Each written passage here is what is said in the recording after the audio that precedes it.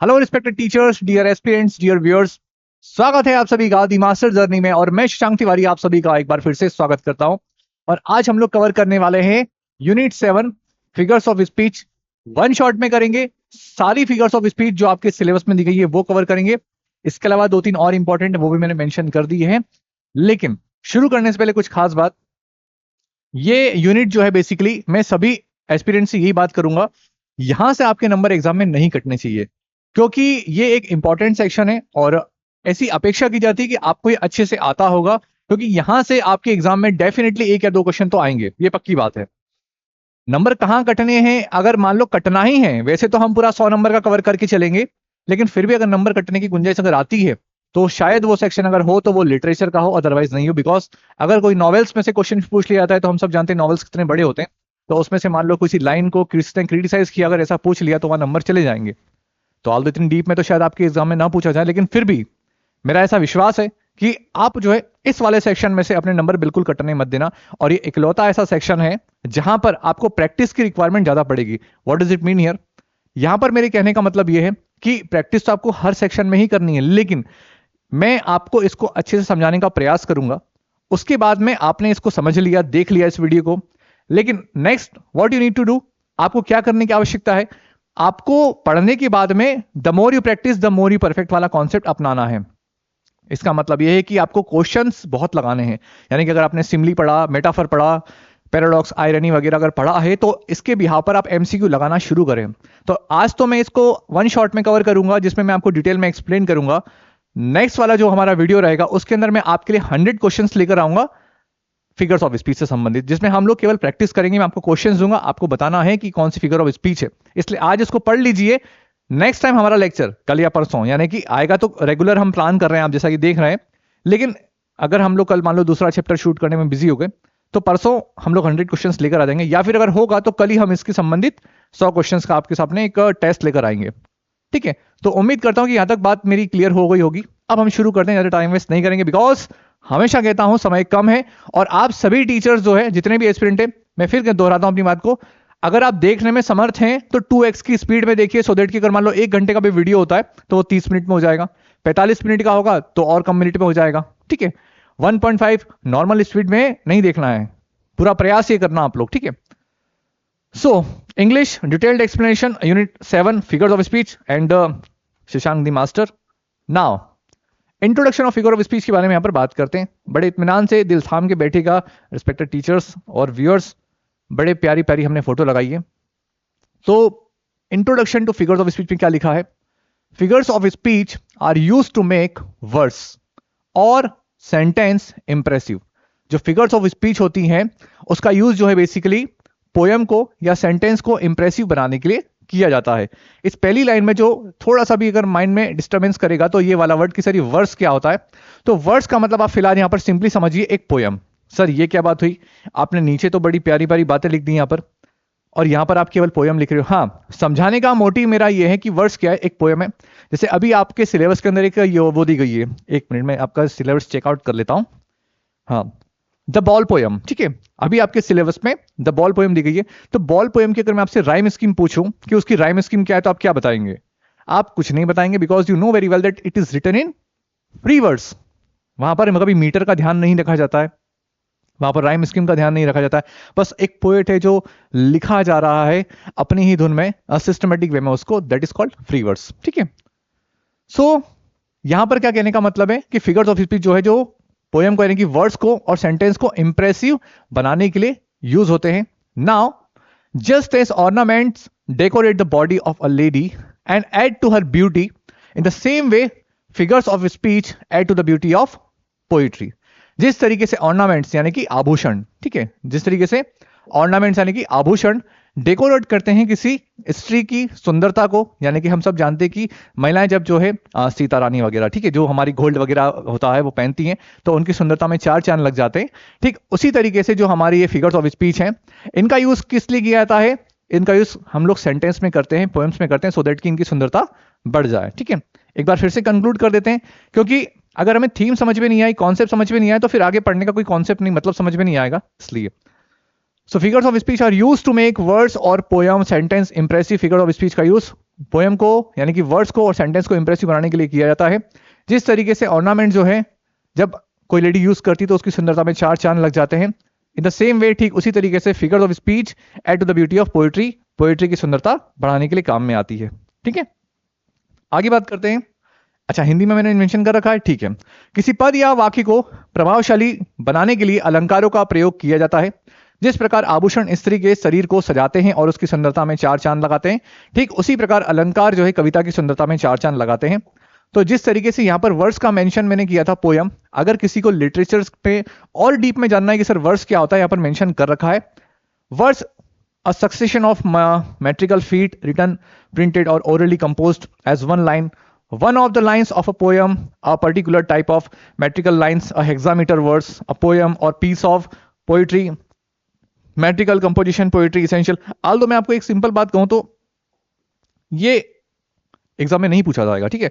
लेकिन बात होती कि मान लो सर अगर आपको ये नहीं पता तो फिर क्या, तो अगर बात थोड़ी सी भी अगर हल्की सी भी अगर क्रेडिबिलिटी की होती है, that means it is enough, ठीक है, from my side. Now, a group of lines which form one part of song or poem, पद, छंद, चरण वगैरह ये सारी चीजें मेंशन कर दी है।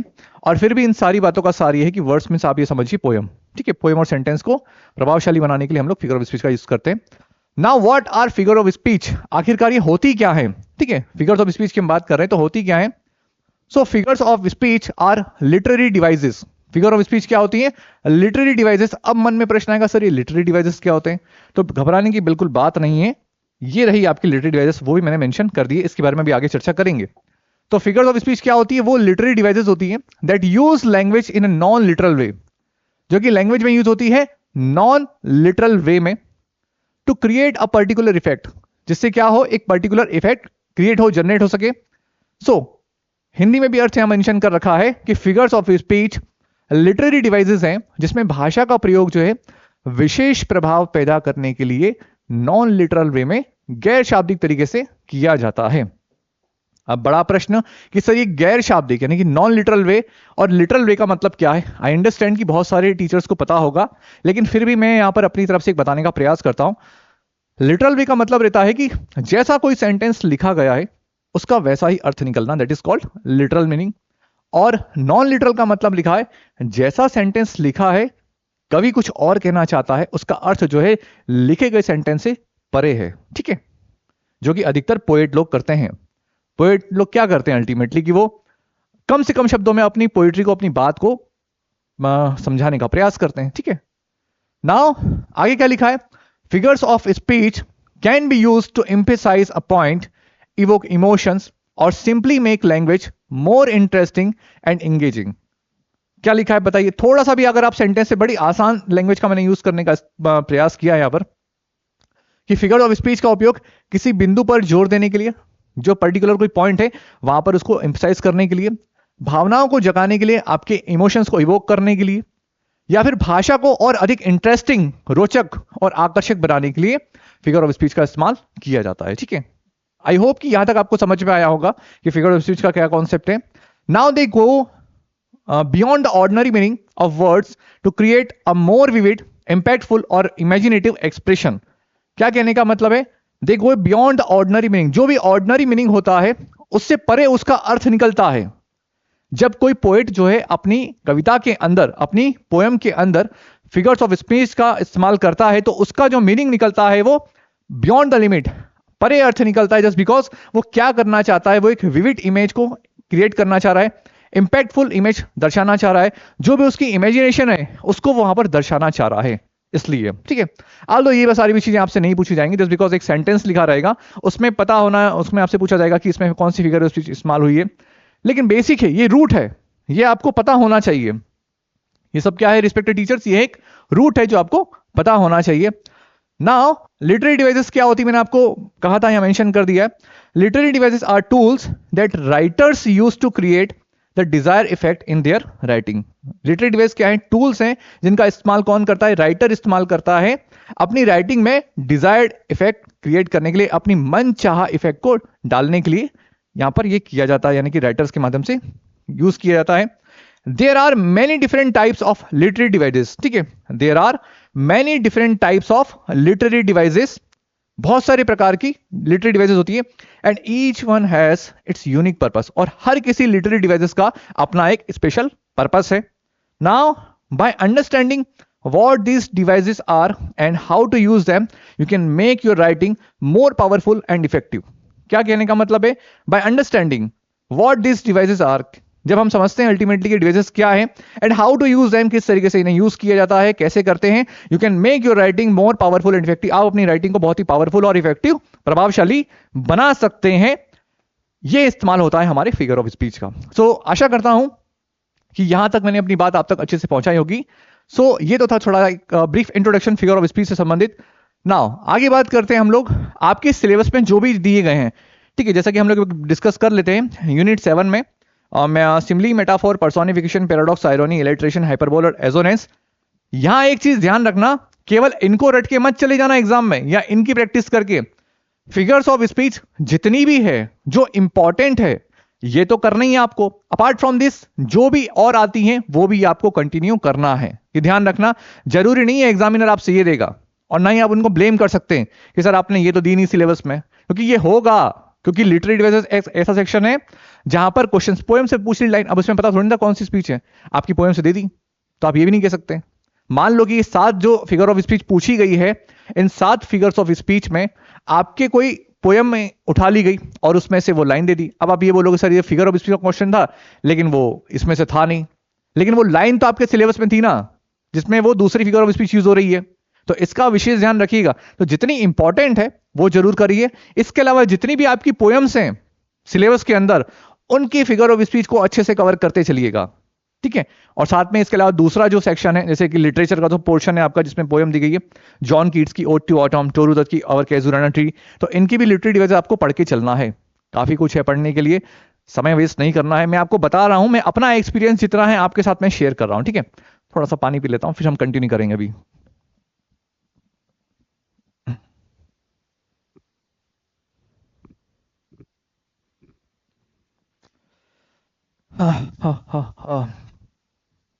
चलिए यहां हम लोग बात करते हैं सिमली के बारे में. ये सबकी फेवरेट है यार. ठीक है, और बहुत आसान लगती है लोगों को, लेकिन थोड़ा सा देखते हैं कि आप लोग और इसको और कितने इनहेंस तरीके से हम लोग समझ पाएंगे. तो सिमली के बारे में बात करते हैं. डेफिनेशन क्या है इसकी? Definition in the sense concept क्या कहता है कि when we compare two different things, जब भी हम लोग दो डिफरेंट थिंग्स की तुलना करते हैं, कंपैरिजन करते हैं, विच have at least one point in common, जिसमें क्या होता है कोई एक पॉइंट जो कॉमन होता है, इट इज सिमली. और वो क्या कहलाता है? वो सिमली कहलाता है. बहुत सिंपल है. क्या कह रहा है? When we compare two different things which have at least one point in common, जब दो डिफरेंट थिंग की हम लोग कंपैरिजन करते हैं जिसमें कोई एक पॉइंट कॉमन होता है उसे हम सिमली कहते हैं. We use the words like, so, as in comparison. और जब भी हम कंपैरिजन करते हैं तो हम लोग इनका इस्तेमाल जरूर करेंगे. कौन से? Like, so, as. ये कीवर्ड है, लेकिन ध्यान रखिएगा कि ये कीवर्ड्स जो है बेसिकली बच्चों के लिए 10 12 के लेवल तक तो ठीक है, बट आप जो है किसका एग्जाम देने वाले हैं? ग्रेड 2 मेंस का एग्जाम देने वाले हैं, तो इतने आसान क्वेश्चन शायद नहीं देंगे. हाँ, ये अंडरस्टैंडिंग के लिए सही है सर, इसमें और क्या पढ़ा जाए. हाँ बिल्कुल ठीक है, ये आता है 10 में से 8 नंबर ये आ जाएगा, लेकिन थोड़े से भी अगर उसने एग्जाम्पल उलझा दिए तो दिक्कत हो जाएगी. तो पढ़ने का सिंपल पैटर्न, सरल से कठिन की तरफ वो पढ़ना है. ठीक है, नाउ एग्जाम्पल क्या लिखा है? Life is like a dream. जिंदगी जो है सपने जैसी है. अब यहां पर क्या हो रहा है? कंपेरिजन किया जा रहा है और लाइक का इस्तेमाल हो रहा है, दैट्स व्हाई हियर सिंपली. ठीक है, नाउ आगे बात करते हैं. हर face is like the moon. उसका जो चेहरा है बेसिकली वो किसके जैसा है? वो चांद के जैसा है. लाइक वर्ड आ गया है और उसके चेहरे की तुलना हो रही है. ध्यान रखना, ऑब्जेक्ट के चेहरे की तुलना हो रही है यहां पर. तो यहां पर क्या हो रहा है? सिंपली. फंक्शंस के बारे में अगर बात करें तो क्या लिखता है? Creates a vivid image. क्या कहलाता है? Vivid image. अब विविड इमेज जो है लगभग बहुत सारी फिगर्स ऑफ स्पीच में होता है. तो पहले एक छोटी सी बात कि सर विविड इमेज का मतलब होता क्या, क्योंकि वर्ड आपको बहुत परेशान करेगा. बहुत से टीचर्स को पता होगा, आप में से बहुत से को पता होगा, लेकिन बीइंग अ टीचर मेरा थोड़ा सा दायित्व बनता है कि मैं अपनी बात अपने यानी कि आप तक अच्छे से प्रेजेंट कर सकूं. So a vivid image is a clear, कहां थे हम लोग? हाँ, थोड़ा सा इसको रफ कर देते हैं. So a vivid image is a clear, detailed and bright image that seems like real life. उम्मीद करता हूं समझ में आया होगा. क्या लिखा है देखिए, a vivid image. Vivid image क्या होती है? Is a clear, detailed and bright image. Vivid image मतलब clear, detailed and bright image that seems like real life, जो कि रियल लाइफ जैसा लगता है। ठीक है, नाउ छोटी छोटी बातें हैं, मुझे लगता है कि देखो होता कि जब मैं क्लास में 10-12 वालों को पढ़ाता हूं तो मुझे लगता है कि नहीं यार ये भी चीजें बताना जरूरी है। अब वही चीज आपके ऊपर भी शायद अप्लाई होनी चाहिए, थोड़ी सी ही सही, क्योंकि मैं यहाँ पर टीच कर रहा हूँ। ठीक है, तो मेरा दायित्व था कभी भी आपके मन में रिस्पेक्टेड टीचर्स ऐसा ना आए कि सर आप इतनी बहुत छोटी मोटी बात है ये तो हमें पता होगी, लेकिन इमेजिन करें आपको पता होगी, हर किसी को नहीं पता होगी। तो हम लोग हर प्रकार के स्टूडेंट को लेकर चलते हैं। तो आप कभी इस चीज को माइंड नहीं करिएगा कि सर आप बहुत कॉमन सी चीजें भी बता देते हैं। तो यहां तक हो गया फंक्शन क्या है, creates a vivid image. Now similes are common figure of speech, they are use to compare two unlike things. Sir यही चीज यहां बता दी, अरे हाँ ससुर हम एक ही क्लास में सब कवर कर देंगे, बार बार रिपीटिशन करेंगे। ठीक है, तो similes are common figure of speech, they are use to compare two unlike things, the comparison is made using the work like और as. Similes can be use to create a vivid image in the readers mind. जिसको ये समझ में आ रहा है वो ये करें, जिसको ये समझ में आ रहा है ये करें, छाटो बिनो खाओ भैया। ठीक है, ओके चलिए। नाउ की पॉइंट्स इंपॉर्टेंट है, ध्यान रखिएगा। कंपैरिजन होता है बिटवीन दो ऑब्जेक्ट के बीच में, क्लियर है। ऑब्जेक्ट भी हमारे डिफरेंट काइंड के होने चाहिए। यहां पर एक चीज ध्यान रखना, कभी भी पर्सन का कंपैरिजन पर्सन से नहीं होगा, कभी भी पर्सन का कंपैरिजन पर्सन के साथ नहीं होगा। पर्सन का कंपैरिजन थिंग के साथ हो सकता है, पर्सन का कंपैरिजन एनिमल के साथ हो सकता है। ठीक है, लेकिन अगर पर्सन का कंपैरिजन पर्सन से अगर हो गया फिर वो क्या कहलाएगा, वो मेटाफर बन जाएगा। ठीक है, कैसा बनेगा वो आगे देखेंगे। सो कंपैरिजन होगा दो डिफरेंट ऑब्जेक्ट के बीच में, ऑब्जेक्ट डिफरेंट काइंड्स के होने चाहिए, एटलीस्ट वन पॉइंट कॉमन होना चाहिए। लिखा क्या है, a person will always be compared with a thing और animal. If a person is compared with another person then it will be metaphor. दो की मैंने आपसे कहा था वो मैंने लिख दिया, यानी कि जो मैं बोलता हूं वो मैं लिखता हूं। राउडी राठौर से मैं थोड़ा सा इंस्पायर था यार भाई। ठीक है, so like as, so as, such as, ये वर्ड जो है हम लोग इसमें इस्तेमाल करते हैं। थोड़ा सा मैं हंसी मजाक कर लेता हूं, ज्यादा नहीं। आई अंडरस्टैंड कि सीवियरिटी आपके एग्जाम की बहुत ज्यादा है। सो लेकिन वही है ना, नॉन स्टॉप कंटिन्यू पढ़ाते रहे तो क्या सर आप कंटिन्यू पढ़ाते रहते हो। चलो उम्मीद करता हूं कि आई होप कि यहां तक समझ में आया होगा। इसका स्क्रीनशॉट लीजिए, अदरवाइज पीडीएफ में आपको मिल जाएगी। आज पीडीएफ आपको नहीं दिखा रहा हूं जस्ट बिकॉज कि अभी वर्क बाकी है।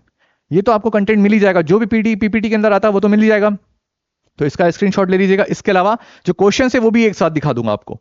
ठीक है, नाउ नेक्स्ट है मेटाफर। सो डेफिनेशन क्या कहती है इसकी, देखते हैं हम लोग।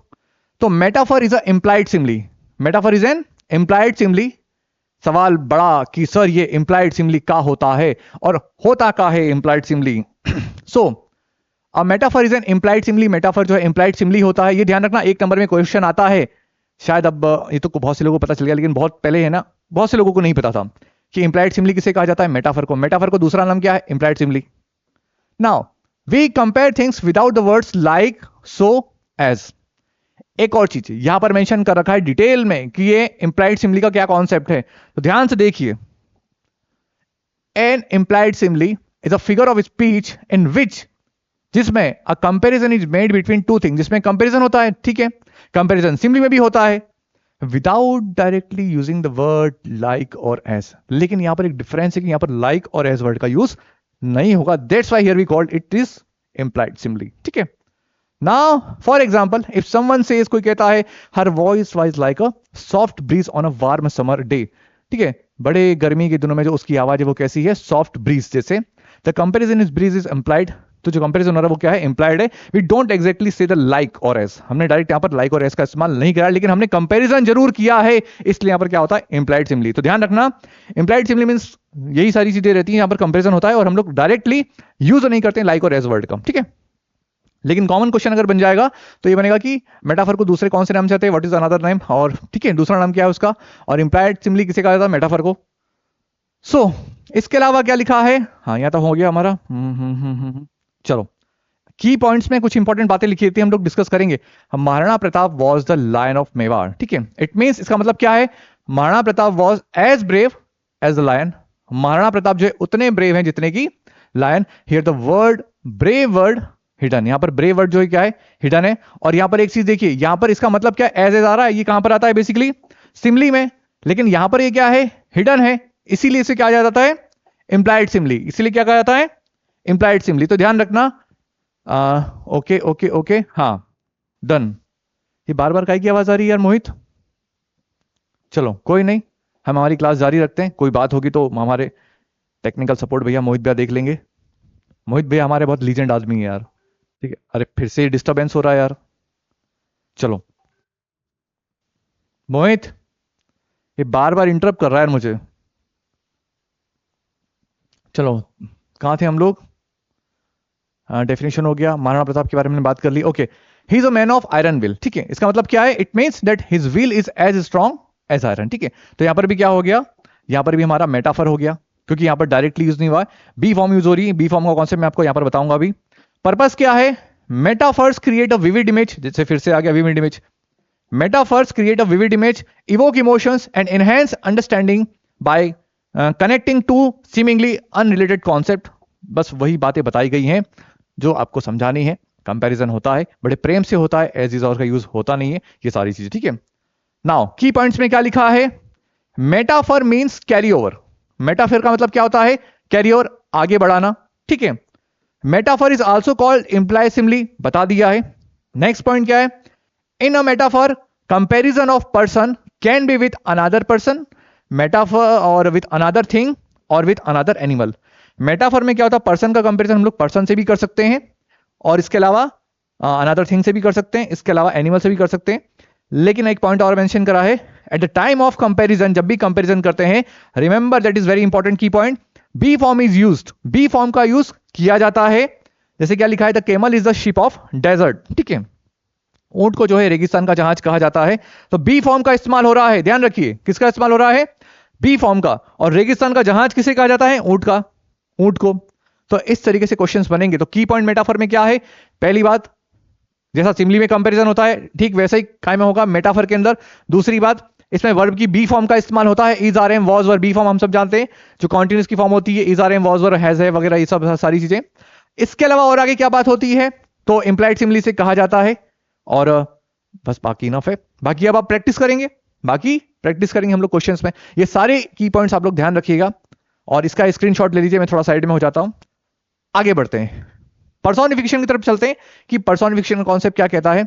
तो गिविंग ह्यूमन क्वालिटीज, क्या कहता है ये? Giving human qualities in this figure of speech, lifeless object और एब्स्ट्रैक्ट थिंग्स आर सेड और written as if they are living. क्या कहने का मतलब है? यहां पर ह्यूमन क्वालिटीज दी जाती है। किसको दी जाती है? इन this figure of speech, lifeless object, ध्यान रखना, जिसमें जान ना हो, और एब्स्ट्रैक्ट थिंग्स यानी कि हमारे अमूर्त विचार, उसमें भी जान नहीं होती है, आर सैड और रिटन, उनको ऐसे बोला जाता है, ऐसे लिखा जाता है, दैट दे आर लिविंग, जैसे कि वो जीवित हो। ध्यान रखना, क्या लिखा है? Death less his IC hands on Kings. बड़ा ही फेमस है ये लाइन, आपने पढ़ा होगा। Here death is like a man with IC hand. यहां पर डेथ को कैसे यूज किया जा रहा है? एक मैन की तरह जिसके कैसे हैंड हो? बर्फीले हाथ। ठीक है, ऐसी नेक्स्ट क्या लिखा है? लव इज ब्लाइंड, प्यार अंधा है। ससुरा, अंधा तो आदमी है। ठीक है, आगे क्या लिखा है? Love is like a man who is blind. जैसा कि मेंशन कर दिया है कि अब अंधा कौन होता है बेसिकली, ध्यान रखो यहां पर क्या लिखा गया है, एक बार थोड़ा समझ लेते हैं। अमूर्त विचारों को या इनएनिमेट ऑब्जेक्ट को या फिर लाइफलेस ऑब्जेक्ट को हम लोग क्या करते हैं? जीवित की तरह रिप्रेजेंट करने का काम करते हैं। ऐसे दर्शाते हैं जैसे कि वो मानो कि जीवित है। अब यहां पर क्या लिखा है? लव इज ब्लाइंड, प्यार अंधा होता है। अंधा कौन होता है? अंधा आदमी होता है। समझ में आई बात? तो जहां पर भी इस तरीके से यूज हो रहा है love is blind, here love is like a man who is blind. ठीक है, नाउ इफेक्ट क्या है? Creates vivid imagery and emotions, इसमें भी हम लोग यूज करते हैं। ये बेसिकली देखा जाए तो जैसे कि होता क्या है, हम लोग स्टार्टिंग में इसीलिए मैंने बताया था, फिगर ऑफ स्पीच क्या होती है? अपनी राइटिंग में सुंदरता जगाने के लिए बस। तो विविड इमेजरी तो हम हर किसी में भी लगा सकते हैं, लेकिन हर किसी में जहां लगे वहीं लगाने का प्रयास करना। अगर आपको लगता है कि मैं जो राइटिंग लिख रहा हूं, या मैं जो सेंटेंस पढ़ रहा हूं, या मैं जो सेंटेंस देख रहा हूं, उसमें इस तरीके की बात अगर मेंशन है, दैट मीन्स आपको डेफिनेटली करना चाहिए। Now personification is literary device that brings life to object or ideas. It allows us to experience the world through a new lens, making things more relatable and engaging. ठीक है, now की points में अगर further बात करें, की points क्या लिखा है? जब किसी वस्तु या भाव के नाम को ह्यूमन बीइंग की तरह प्रयुक्त कर दिया जाए तो वहां पर पर्सोनिफिकेशन होता है। इन एनिमेट ऑब्जेक्ट यानी कि निर्जीव वस्तु, एब्स्ट्रैक्ट आइडिया हमारे की अमूर्त विचार। जैसे एक और एग्जांपल यहां पर क्या लिखा है? A clock has 3 hand. A clock has, जैसे घड़ी में 3 कांटे होते हैं, एक होता है घंटे का, एक होता है हमारा सेकंड का, एक होता है हमारा मिनट का। तो क्या लिखा है? A clock has 3 hand. अब हैंड किसके होते हैं? हैंड तो ह्यूमन के होते हैं, मेरे और आपके।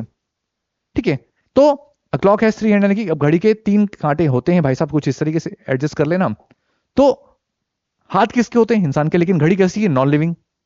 इसलिए यहां पर क्या होता है? पर्सोनिफिकेशन। कंक्लूड करूं अगर इस पूरी बात को, तो जहां पर भी लाइफलेस ऑब्जेक्ट को या अमूर्त विचारों को ऐसे दर्शाया जाता है जैसे कि वो लिविंग हो, ऐसी बातें की जाती है जैसे कि वो जिंदा है, तो वहां पर हम क्या यूज करेंगे? पर्सोनिफिकेशन हमारा फिगर ऑफ स्पीच होगा। प्रोनाउन से ही समझ में आ जाएगा आपको, ठीक है? हो।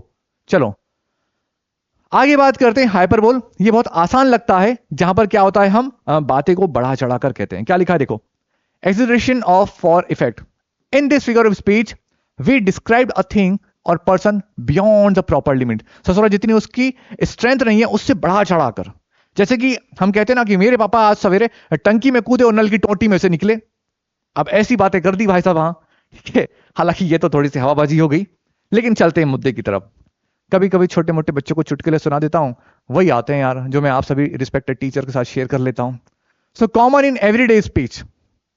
तो देखो सिंपल शब्दों में कहा जाता है हाइपरबोल का मतलब ये रहता है कि अपनी बात को बढ़ा चढ़ाकर कहना। सिंपल हाइपरबोल मतलब ऐसा सेंटेंस जहां पर आपको दिखने को मिलेगा कि जो सेंटेंस लिखा गया है वो एक्चुअल में उसकी प्रॉपर लिमिट से बियॉन्ड है, वहां पर हमारा क्या कहलाएगा?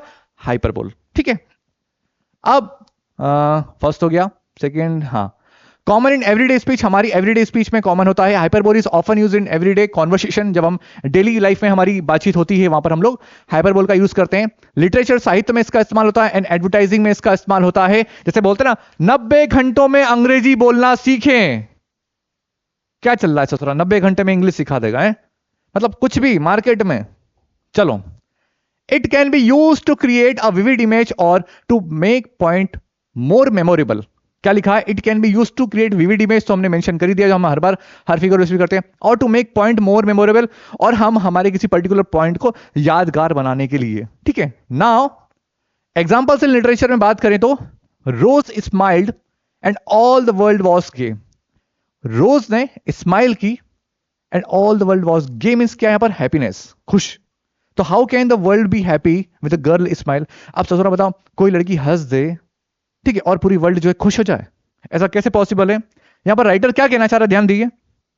Here the writer wants to say that Rose smiled, Rose ने स्माइल की, and all her near and dear, यानी कि जो भी उसको जानने वाले आसपास उसके माहौल के जो भी लोग बागे जो उसे अच्छे से भली भांति जानते हैं, ठीक है, डियर वंस बिकम हैप्पी, वो जो है खुश हो गए, यानी कि बस उसकी हल्की सी स्माइल से, तो वो स्माइल कर देती है तो भैया पूरी दुनिया खुश आती। हाँ मेरे मन में कुछ फीलिंग्स आई थी, लेकिन लेकिन लेकिन मतलब नहीं कहना चाहिए।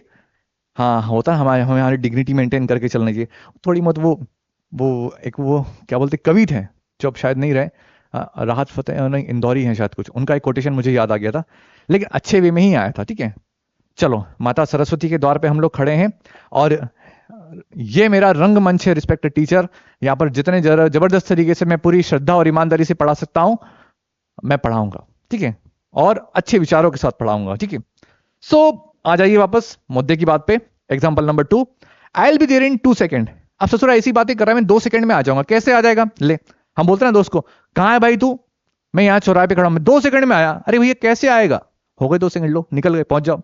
तो ऐसी बातें होती हैं बेसिकली हाइपरबोल में, जहां पर क्या होता है, जो मेरे प्यारे बच्चों, सॉरी, जो मेरे प्यारे रिस्पेक्टेड टीचर्स, वो जो है बियॉन्ड द लिमिट जाती है। ठीक है, now I have told you a million times. मैंने तुम्हें कितनी बार कहा है ना कि मिलियन टाइम्स कहा है। अब मिलियन टाइम्स का जनरली ये इसलिए कहता है कि हम किसी को 2-3 बार, 5-6 बार बात समझा देते हैं, लेकिन फिर भी समझ में नहीं आ रही, तो हम बोलते हैं ना कितनी बार तुम्हें कहा है, हजारों बार, लाखों बार। तो बस ये वैसी वाली बातें हो गई। तो लाखों बार कहा नहीं, लेकिन हमने फिर भी कह दिया। ठीक है, सो ये बता दिया how hyperbole is used to emphasize a point, किसी पर्टिकुलर पॉइंट को एम्फेसाइज, जोर देने के लिए, to create a dramatic effect, dramatic effect को क्रिएट करने के लिए। तमाशा हो रहा है ना, जैसे जस्ट लाइक ऐसी ऐसी बातें हो रही, तो ड्रामेटिक इफेक्ट आता है। राइटिंग में आता है, स्पेशली जब आप नॉवेल्स वगैरह पढ़ेंगे तो देखने को मिलेगा आपको। Now to make writing and speech more exciting, अपनी राइटिंग को, स्पीच को बहुत जबरदस्त एक्साइटिंग करने के लिए। To capture the attention of a reader और लिसनर, जो भी सुन रहे हैं, जो पढ़ रहे हैं, उनका अटेंशन को कैप्चर करने के लिए हम लोग हाइपरबोल का इस्तेमाल करते हैं। आशा करता हूं कि हाइपरबोल जो है आपको अच्छे समझ में आया होगा। आपका टास्क अब यह है कि एमसीक्यू लगाना शुरू करिए। इसके अलावा जिस सेंटेंस में लगता है कि नहीं बड़ा चढ़ा कर बात कही गई है, it means there will be simply sorry hyperbole. Clear है? चलो 1 2 3 4 4 आपके हो गए, 3 और रह गए। एलिट्रेशन के बारे में बात कर लेते हैं। एलिट्रेशन है या नहीं देख लेते हैं, एक बार वेरीफाई कर लेते हैं। हो गया simply metaphor personification. Alliteration, paradox और आयरनी की बाद में है, ठीक है चलो, है तो लेकिन सिलेबस में। आओ भैया एलिट्रेशन के बारे में डिस्कस। मैं थोड़ा सा फिर से पानी पी लेता हूं यार, ठीक है।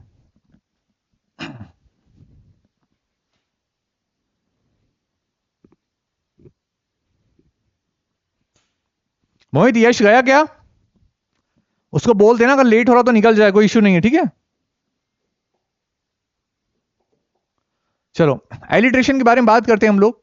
तो alliteration is a literary device use to create a pleasing sound. ध्यान रखना ये इंपॉर्टेंट है, pleasing sound. Alliteration is a literary device used to create a pleasing sound and rhythm in writing or speech. Rhythm in writing or speech. It involves the repetition of the same consonant sound. ये बहुत important है, ध्यान रखना। Consonant sound की बात होती है यहां पर, किसमें? एलिट्रेशन में। At the beginning of words in a phrase और सेंटेंस। फॉर एग्जाम्पल, पीटर पीपर picked a pack of pickled papers. आपने इस पूरे सेंटेंस में क्या ऑब्जर्व किया? बताइए, आपने इस पूरे सेंटेंस में क्या ऑब्जर्व किया? आगे पढ़ लेते हैं। The repetition of the P sound creates a catchy rhythm and makes the phrase more memorable, यादगार। अब फिर से एक बार ध्यान देना। Alliteration is a literary device. Alliteration क्या है? एक लिटरेरी डिवाइस है use to create a pleasing sound, जिसका यूज हम कब करते हैं? प्लीजिंग साउंड के लिए। जैसे पके पेड़ पर पका पपीता पिंकू पकड़े, ऐसा कुछ था, मैंने सुना था। आई होप कि मेरी अब यहाँ की बात आप तक यहाँ तक पहुंच गई होगी कि मैं क्या कहना चाह रहा हूं। तो एलिट्रेशन एक लिटरेरी डिवाइस है use to create a pleasing sound, जिसका यूज हम लोग प्लीजिंग साउंड के लिए, एक सुखद साउंड के लिए। एंड रिदम इन राइटिंग और स्पीच, ठीक है, अपनी राइटिंग और स्पीच में हम लोग करते हैं, इससे एक जबरदस्त तरीके से साउंड वगैरह क्रिएट होता है। कि एलिट्रेशन जब हमारे किसी लाइन में सेंटेंस में यूज होता है तो वो एक अच्छा साउंड क्रिएट करता है। It involves the repetition of the same consonant sound. इसमें क्या रहता है मेरे प्यारे बच्चों, क्या रिस्पेक्टेड टीचर्स?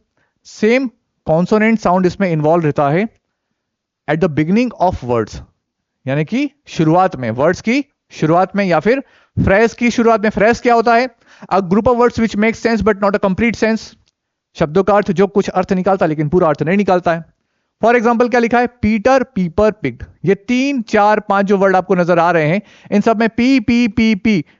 अब अगर मैं बोलूं P P P P P तो आवाज आ रही, अच्छा लग रहा है, हाँ सर बड़ा एंटरटेन कर रहे हैं आप। हाँ, तो जहां पर भी यहां पर कॉन्सोनेंट साउंड का ध्यान रखना। यहां पर एक डेफिनेशन में क्या हो गया, थोड़ा सा मिस्टेक, कि when first letter of any word, यहां आपको ध्यान रखना है कॉन्सोनेंट का कॉन्सेप्ट रहेगा यहां पर। तो एनी वर्ड से उसको कोरिलेट मत करिएगा, इस पे जरूर ध्यान दीजिएगा। It involves the repetition of the same consonant sound. यहां पर क्या हो रहा है? कॉन्सोनेंट साउंड है सारे, पी पी पी पी, और जहां पर कॉन्सोनेंट साउंड का रिपीटेशन हो रहा है वहां पर क्या होता है? एलिट्रेशन। ठीक है, आशा करता हूं कि यहां तक आपको समझ में आया होगा अच्छे से। So when first letter of any word, जहां पर क्या होता है, वॉवेल साउंड के बारे में बात होती है सेंटेंस में, बिकम्स एलिट्रेशन। वो क्या बन जाता है? एलिट्रेशन। ऐसे क्या लिखा है देखो, potatoes peas and pumpkin are green grocers goods. तो पोटैटो में पी, पीस में पी एंड पंपकिन में पी, ये तीनों क्या है? स्टार्टिंग में कॉन्सोनेंट साउंड क्रिएट कर रहे हैं, तो यहां पर क्या रहेगा? Alliteration. Now here 3 words in the beginning with the letter P. Literary device aids rhythm, और एम्फेसिस रिदम के लिए आता है, एम्फेसिस के लिए आता है। सो इस तरीके से हमारा एलिट्रेशन में फिनिश होता है। हम आगे फर्दर बात करते हैं अब। ओनोमेटोपिया जब बेसिकली देखा जाए तो ये आपके सिलेबस में नहीं है, लेकिन फिर भी हम लोग पढ़ लेते हैं। पढ़ने में क्या जा रहा है, ठीक है, क्योंकि अगर एग्जाम में आ गई तो फिर कोई हम एक्सक्यूज नहीं देंगे, और ये एक इंपॉर्टेंट है। सिंपल शब्दों में कहा जाए तो ज्यादा कुछ नहीं, यहाँ पर साउंड के बारे में बात होती है, बस इतना ध्यान रखना। जहां पर साउंड के बारे में बात होती है वहां पर कौन सी फिगर ऑफ स्पीच होती है? वहां पर होती है ओनोमेटोपिया। सो ध्यान रखना, in this figure of speech the sound suggest और echoes its senses. I chatter chatter as I flow. Here water is flowing with the sound chatter chatter. पानी बह रहा है, किसकी आवाज साथ में? चैटर चैटर की आवाज साथ में। ठीक है, तो उम्मीद करता हूं यहाँ ओनोमेटोपिया साथ में आया होगा। हालांकि मैं अब इसको यहीं स्टॉप करूंगा, ये आने की ओनोमेटोपिया को, जस्ट बिकॉज कि हमारे सिलेबस में नहीं है। लेकिन मैंने बता दिया जहां पर साउंड के बारे में बात होगी तो वहां पर हमारा ये वाला फिगर ऑफ स्पीच रहने वाला है। ऑक्सीमोरॉन है या नहीं देखते हैं एक बार सिलेबस में फटाफट से। ऑक्सीमोरॉन है या नहीं? यूनिट 7 नहीं है, ऑक्सीमोरॉन भी नहीं है, तो इसको भी स्पीड में बढ़ा देंगे। In this figure of speech we put 2 opposite things और आइडियाज टुगेदर। ऑक्सीमोरॉन क्या कहता है? इस फिगर ऑफ स्पीच में वी पुट 2 अपोजिट थिंग्स और आइडियाज, 2 अपोजिट थिंग को और आइडिया को हम लोग क्या करते हैं? एक साथ लेकर आते हैं। जैसे क्या लिखा है? James I was the wisest full. अब वाइजेस्ट और फुल, वाइज वेस्ट मतलब सबसे चतुर भाई साहब, एक तो तुम चतुर कह रहे हो अपने आप को, एक तरफ मूर्ख कह रहे हो। तो ये जो अपोजिट वर्ड है, जब ये एक साथ किसी सेंटेंस में आ जाएंगे तो वहां पर कौन सा फिगर ऑफ स्पीच होगा? वहां पर होगा ऑक्सीमोरन। बस इतनी सी बात है जो आपको समझानी है, ठीक है। तो यहां पर ध्यान रख लीजिएगा, ज्यादा है नहीं हमारे सिलेबस में, ज्यादा इसको एक्सप्लेन कर नहीं रहा हूं, क्योंकि जैसा कि कहा है कि समय कम है और आपको ज्यादा ज्यादा पढ़ाना है। तो बाकी आप एग्जाम में इसका स्क्रीनशॉट वगैरह ले सकते हैं। अभी एनाफोरा के बारे में बात करते हैं। ये तो है भाई साहब, मुझे ऐसा लगता है कि ये तो है। एक बार थोड़ा सा और चेकआउट कर लेता हूँ। एजोनेंस एजोनेंस एनाफोरा है। एक minute, figure assembly, metaphor, perception, paradox, irony, alliteration. ससुरा एनाफोरा भी नहीं है बे। चलो कोई बात नहीं, नहीं है तो भी डिस्कस कर लेते हैं। एनाफोरा क्या है? द रिपीटिशन ऑफ वर्ड और expression at the start of two more consecutive lines. ये तो मैंने बता दिया था। लगातार some say in the world will end in fire, ये आपके सिलेबस में है। फायर एंड आइस वाली पोएम आपके सिलेबस में नहीं, लेकिन क्लास 10th में है। एनाफोरा क्या कहता है? एनाफोरा कहता है the repetition of a word, जब किसी वर्ड का रिपीटिशन होता है और expression at the start of two more consecutive line, लगातार दो लाइनों में, जैसे सम से दो बार आ गया, क्या होने वाला है भाई साहब यहाँ पर बताइए? अभी तो पढ़ा सर यहाँ पर, सीधी बात है। एनाफोरा लगातार दो लाइनों में जब सेम वर्ड का इस्तेमाल हो रहा है तो वो कहलाता है एनाफोरा। आ जाओ पैराडॉक्स पे। पैराडॉक्स है आपके इसमें, पैराडॉक्स है भैया, तो उसको थोड़ा सा विराम देते हुए चर्चा करेंगे। तो पैराडॉक्स क्या कहता है आपका? The paradox is a statement. Paradox एक स्टेटमेंट होता है और सिचुएशन होती है दैट सीम्स कॉन्ट्राडक्टरी, जो कैसी लगती है? विपरीत। कैसी लगती है? विपरीत। But actually contain some truth, लेकिन उसमें कुछ सत्यता होती है, उसमें कुछ सत्यता होती है। Paradoxes can be found in everyday life. Paradox जो होते हैं बेसिकली वो एवरीडे लाइफ में देखे जा सकते हैं, लिटरेचर में देखे जा सकते हैं, फिल्म के अंदर देखे जा सकते हैं, ठीक है। तो पहले थोड़ा समझ लीजिए, ये थोड़ा सा टफ लगता है क्योंकि इसमें आपको थोड़ा सा अपने दिमाग पर जोर डालने की आवश्यकता होती है, ज्यादा जोर से, यानी कि एम्फेसाइज करने वाली बात होती है। गंभीरता से थोड़ा सोचने की आवश्यकता होती है कि आखिरकार ये जो स्टेटमेंट लिखा है ये किस पर्पज से लिखा है, तो हमें वहां तक पहुंचने की जरूरत पड़ेगी। So a paradox is a statement, एक ऐसा स्टेटमेंट होता है और ऐसी सिचुएशन होती है जिसमें कॉन्ट्राडिक्टरी रहती है सारी चीजें, यानी कि कॉन्ट्राडिक्टरी, विरोधी लगेगा, but actually contain some truth, लेकिन उसमें कुछ सच होता है, ये ध्यान रखना। Paradox can be found in everyday life, हमारी एवरीडे लाइफ में, लिटरेचर में और फिल्म में हमें देखने को मिल जाएगा। इसके अलावा कुछ एग्जांपल्स मेंशन किए गए हैं यहां पर, उससे हम और अच्छे समझते हैं। You have to spend money to make money. लो बताओ, हम पैसा बनाने की बात कर रहे हैं और आप पैसे खर्च करने की बात कर रहे हो, लेकिन ये बहुत सही बात है कि आपको पैसा कमाने के लिए एक बार पैसा खर्च करना पड़ेगा। जैसे मान लो मैं कोई जैसे होटल, जैसे कोई भी पर्सन है, अगर मान लो उसको कुकिंग में इंटरेस्ट है तो वो होटल खोलना चाह रहा है, तो वो कह रहा है कि यार होटल खोलने के लिए मेरे पास पैसा ही नहीं है, मुझे गैस चूल्हे वगैरह की रिक्वायरमेंट पड़ेगी, थोड़ी सी प्लेस की, बर्तन भाड़े की आवश्यकता पड़ेगी।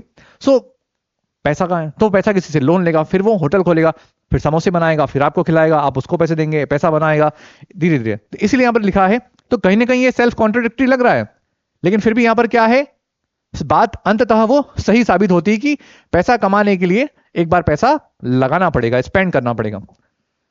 Now the first rule of fight club is you do not talk about fight. बड़ी अजीब बात है, फाइट क्लब में आए हो और फाइट के बारे में ही बात नहीं करनी, ये बड़ी अजीब बात है।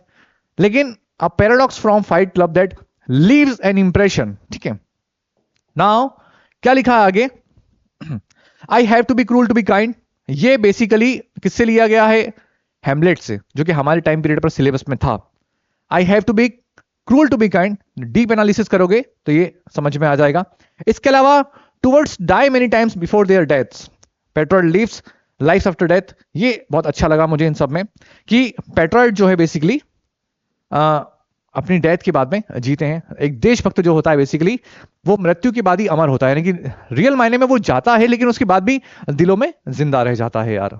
तो देशभक्त जो होते हैं, हमारे जो फ्रीडम फाइटर्स हैं, इसके अलावा जो भी हमारे इंडियन आर्मी, हमारे इंडियन डिफेंस फोर्स के जो लोग हैं, हमारे जो सेना में हैं और हमारी रक्षा करने के लिए हमारा इतना अच्छा काम कर रहे हैं, जिनकी वजह से हम सुरक्षित महसूस करते हैं।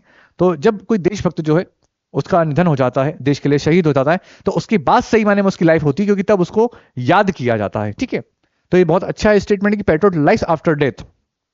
तो बड़ा अजीब लग रहा है कि मरने के बाद कैसे जिंदा रहेगा, तो मरने के बाद वो रियल मायने में लोगों के दिलों में जिंदा रहता है। कितने लोग इस दुनिया में हैं, वर्ल्ड में एग्जिस्ट कर रहे हैं, कितने लोग आते हैं, कितने चले जाते हैं, लेकिन कितने ऐसे हैं जिनका नाम हमें याद रह जाता है।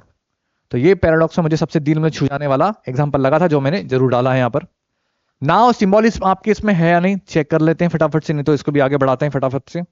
नहीं है भाई साहब सिंबोलिज्म। तो symbolism is a figure of speech that is used to when author wants to create an certain mood और emotions in a work of literature. उम्मीद करता हूं पढ़ लेंगे और आगे बढ़ लेंगे। बहुत बढ़िया। हाँ, मेटानॉमी भी नहीं है मेरे हिसाब से, ठीक है। किसी व्यक्ति या वस्तु के नाम को अन्य व्यक्ति या वस्तु के लिए दर्शाता है। चलिए, आयरनी है होना चाहिए मेरे हिसाब से, आयरनी होना चाहिए, बिल्कुल है। चलिए डिस्कस करते हैं थोड़ा सा विराम देते हुए। So this device is used to convey, this device, this literary device और figure of speech is used to convey a meaning which opposite of each other in meaning. यानी कि अपोजिट है, उल्टी है। जैसा कह रहा हूं वैसा है नहीं, जैसा कह रहा हूं वैसा है नहीं। एग्जाम्पल क्या लिखा है, what a brave son of India Jaichand was. अब जयचंद को हम सब जानते हैं, ससुरा कितना धोखेबाज था, लेकिन हमने क्या कहा उसको यहां पर, हमने कहा है बहादुर, हमने कहा है बहादुर। तो ये चीज ध्यान रखने वाली बात है कि आयरनी में क्या होता है, कटाक्ष किया जाता है। This device is used to convey a meaning which is opposite of the clear meaning. Example आपको समझा दिया मैंने अच्छे से, what a brave son of India Jaichand was. इसके अलावा आप इसको सिंपल शब्दों में कहा जाए, कटाक्ष करना आयरनी है। जैसे मान लो कि किसी बच्चे के टेस्ट में 10 में से 2 नंबर आए और आपने उससे कह दिया, अरे वाह तुम्हारे नंबर कितने अच्छे आए हैं। तो नंबर भले ही उसके 2 आए, हमें दिख रहा है 10 में से कितने मार्क्स कम हैं, लेकिन फिर भी हम क्या कह रहे हैं कि तुम्हारे नंबर कितने अच्छे आए हैं। तो हमने अच्छा वर्ड यूज करा उसके लिए, बैड मार्क्स के लिए हमने अच्छा वर्ड यूज कर दिया। तो यहां पर एक तरीके से आयरनी है, ठीक है। सिचुएशन होती है आयरनी, ध्यान रखना। इसके अलावा ड्रामेटिक होती है, वर्बल होती है। So irony is a literary device where a contrast exist between expectation and reality. It can be situational, dramatic और वर्बल, ठीक है। ये ध्यान रखिएगा आप आयरनी के बारे में। बहुत आसान सी चीजें होती हैं, सिचुएशनल भी होती है, events contradicting expectations. Audience, dramatic में क्या होता है, audience knows more than character. Now verbal क्या होता है, words meaning opposite to literal. तो उम्मीद करता हूं कि आयरनी बहुत आसान है, आयरनी बहुत सच में बहुत आसान है यार, मतलब कटाक्ष कर दिया आपने किसी के ऊपर। सो अपोस्ट्रोफी देखते हैं या नहीं, एक बार चेकआउट कर लेते हैं। मैंने कौन कौन से पढ़ा दी याद ही नहीं है मुझे यार, ठीक है। चलो एनीवे, अपोस्ट्रोफी इसमें दिख नहीं रहा, फिर भी देख लेते हैं। In this figure of speech we address an imagery person, abstract quality और आइडिया। सिंपल शब्दों में कहा जाए तो ऐसा व्यक्ति जिसको हम ओ करके संबोधित करेंगे, जैसा कि आपको दिख रहा होगा, ओ वर्ल्ड, ठीक है, ओ स्टार्स, ओ फ्रेंड। इसके अलावा जो डायरेक्ट एड्रेस वाली बात होती है, वहां पर पर्सन जो है मौजूद नहीं रहता है। An apostrophe directly address a person, object और concept that is not present और कैन नॉट रिस्पॉन्ड। जो फिजिकली प्रेजेंट नहीं है और अगर है तो वो रिस्पॉन्ड नहीं कर रहा है, अल्टीमेटली वो जो अब बोलेगा नहीं भाई साहब, ठीक है। तो जहां पर भी इस तरीके से वर्ड आपको देखने को मिलेंगे वो क्या होगा, अपोस्ट्रोफी यहां पर फिगर ऑफ स्पीच हमारी रहने वाली है। इमेजरी, इमेजरी है नहीं है, चलो इमेजरी इज अ लैंग्वेज, चलो हटाओ इसको, टाइम वेस्ट नहीं करेंगे, आपके एग्जाम एजोनेंस है भाई साहब, ठीक है। चलो आ जाओ वहां पे। सो एजोनेंस क्या कहता है, assonance is the repetition of a vowel sound in near by words can occur at the beginning, middle और, हमने एजोनेंस पढ़ा नहीं था सुबह, मुझे याद है अच्छे से पढ़ा था हमने शायद, पढ़ा था कि नहीं, एनीवे देखो मुझे याद नहीं पढ़ा था नहीं पढ़ा था, लेकिन हम पढ़ लेते हैं यहाँ दोबारा से, चलो कोई बात नहीं। सो एजोनेंस क्या होता है, assonance is the repetition of vowel sound, vowel sound का रिपीटिशन होता है in near by words and occur at the beginning, या फिर नियर बाय वर्ड्स आसपास होगा, या फिर शुरुआत में आपको देखने को मिलेगा, या मिडिल में देखने को मिलेगा, या फिर एंड में आपको दिखने को मिलेगा। जैसे कि क्या लिखा है, we keep the keys in the green jeep, ठीक है, we keep the keys in the green jeep, यानी कि हमने हमारी चाबी कहां रखी है भाई साहब, हमने ग्रीन जीप में रखी है। सो एलिट्रेशन क्या होता है, अच्छा थोड़ा सा हमें बता दिया डिफरेंस एजोनेंस और एलिट्रेशन में। Alliteration is the repetition of consonant sound. अब समझ में आ गया कि हमने क्या करा था, यहां पर जो है हमने जो डिस्कशन किया था वो एलिट्रेशन को लेकर करा था। तो एजोनेंस में क्या होता है, देखो एलिट्रेशन में हम सब जानते हैं कॉन्सोनेंट का होता है, और एजोनेंस में क्या बताया गया कि assonance is the repetition of vowel sound, बस ये डिफरेंस होता है। कभी कभी यहीं से क्वेश्चन बना लेंगे आपके कि भैया वोवेल साउंड का डिस्क्रिप्शन किसमें होता है बताइए, किसमें यूज किया जाता है, तो एजोनेंस में। और ये जो है एलिट्रेशन, इसमें किसका रिपीटिशन होता है, इसमें कॉन्सोनेंट का रिपीटिशन होता है। तो आई अंडरस्टैंड कि थोड़ी सी जल्दबाजी लग रही होगी आपको, लेकिन मेरा थोड़ा सा मोटिव ये है कि आपके पास में कम से कम टाइम पीरियड में ज्यादा ज्यादा कंटेंट पहुंच जाए और आप मेरी बात को अच्छे से समझ जाएं, ठीक है। क्योंकि देखो मैंने आपसे डेली कहता हूं कि काम बहुत रहता है, और इस समय मैं सिर्फ 3-3, 4-4 घंटे की नींद ले पा रहा हूं just because our entire team is working for you, ठीक है। हाँ सच में यार, हम लोग बहुत मेहनत कर रहे हैं आप सभी लोगों के लिए, और कंटेंट बनाना, पीडीएफ बनाना, पीपीटी बनाना, फिर वीडियो शूट करना। इसके अलावा हमारे पूरे दिन भर में हम लोग पूरी 6 बजे तक हमारी इवनिंग में क्लासेस रहती हैं, उसी पीरियड में जो थोड़ा बहुत टाइम मिल जाता है वो, उसके अलावा फिर लेट नाइट तक वर्क करते हैं यार। हाँ मैं बता रहा हूँ जस्ट बिकॉज आपको यार कि हम लोग आपके लिए वर्क कर रहे हैं, ठीक है। एंड आई इसको ऐसे नहीं कहना, सोचना कि बिल्कुल भी कि हम थोप रहे हैं, इट्स आर ड्यूटी, हमने वादा किया है आपसे और हम निभाएंगे। और हम सब मिलकर जीतेंगे, आप सब लोग सिलेक्शन लेंगे अच्छे से। तो आते हैं वापस मुद्दे पे। एजोनेंस क्या कहता है? Assonance is the repetition of vowel sound in near by words and occur at the beginning, शुरुआत में आ सकता है, मिडिल में। एजोनेंस क्या है? वॉवेल साउंड का रिपीटिशन होता है जो आसपास के वर्ड में आपको देखने को मिलेगा। शुरुआत में आ सकता है, बीच में आ सकता है, अंत में आ सकता है। We keep the keys. ये ई जो साउंड आपको देख रहा है क्या है? ये एजोनेंस यहां पर होगा, ठीक है। Now assonance is the prominence of a vowel sound in a line, ये ध्यान रखना। एक सिंगल वर्ड में अगर एक्सप्लेन करना हो तो क्या लिखा है? Assonance is a prominence of a vowel sound in a line. किसी लाइन में जब वॉवेल साउंड का प्रोमिनेंस होता है, दबदबा होता है, वर्चस्व होता है, तो ससुरा का कहलाता है एजोनेंस, ठीक है। एग्जांपल क्या लिखा है? Here are some example of assonance. यहां पर एजोनेंस के कुछ एग्जांपल हैं। The rain in Spain falls mainly on the plain. आपको बताना है कौन से वॉवेल का दबदबा है यहां पर। And the cat sat on the mat, ये तो दुनिया बता देगी। A it is clear my dear then here my fear. हाँ ठीक है सर, ये आ रहा है। शुक डाउन ऑन मी, ओ चलो पहले वाले का बता दीजिए, आप लोग अपडेट कर दीजिए। कंटिन्यू पढ़ा रहा हूं, आप सभी को दिल से पढ़ा रहा हूं, बिल्कुल भी मेरे शब्दों को आप दिल पे ना लीजिएगा। हम सब एक परिवार की तरह हैं, ठीक है। तो मन से पढ़ा रहा हूं मैं आप सभी को, यहां तक देखिएगा। और पढ़ाते समय क्या ना, बिल्कुल टीचिंग की दुनिया में खो जाता हूं। सो एजोनेंस आपने देख लिया, रिस्पेक्टेड टीचर्स और डियर एस्पिरेंट्स और डियर व्यूअर्स, आप सभी ने देख लिया। उम्मीद करता हूं कि आपको समझ में आया होगा। अब कंक्लूजन की बात तो जो थी आपकी 7, इस तरीके से हमने unit 7 figure of speech, simply, metaphor, personification, paradox, irony, alliteration, hyperbole और एजोनेंस को हमने आज पूर्ण आहुति दे दी है। बोलिए स्वाहा स्वाहा, ठीक है। सो अब हम नेक्स्ट वीडियो लेकर आएंगे और उसमें हम लोग डिस्कशन करेंगे इन जितने भी फिगर ऑफ स्पीच है, लिटरेरी डिवाइसेस हैं, उनसे संबंधित प्रश्नों के बारे में। और जैसा कि कंक्लूजन लाइन लिखी है, by understanding this tools you can craft compelling and impactful writing, making your words come alive. Thank you very much. लेकिन नॉट नाउ। अगर ये वीडियो आपको अच्छा लगता है और आप हमसे जुड़े रहना चाहते हैं तो नीचे दिए गए नंबर पर स्क्रॉल हो रहा है, कांटेक्ट कर सकते हैं, इंफॉर्मेशन ले सकते हैं और हम सभी जीत जाएंगे एक साथ, ठीक है। मिलेंगे बहुत जल्दी आप सभी के साथ एक नए वीडियो के साथ में। Till then stay safe, keep in touch. Thank you very much.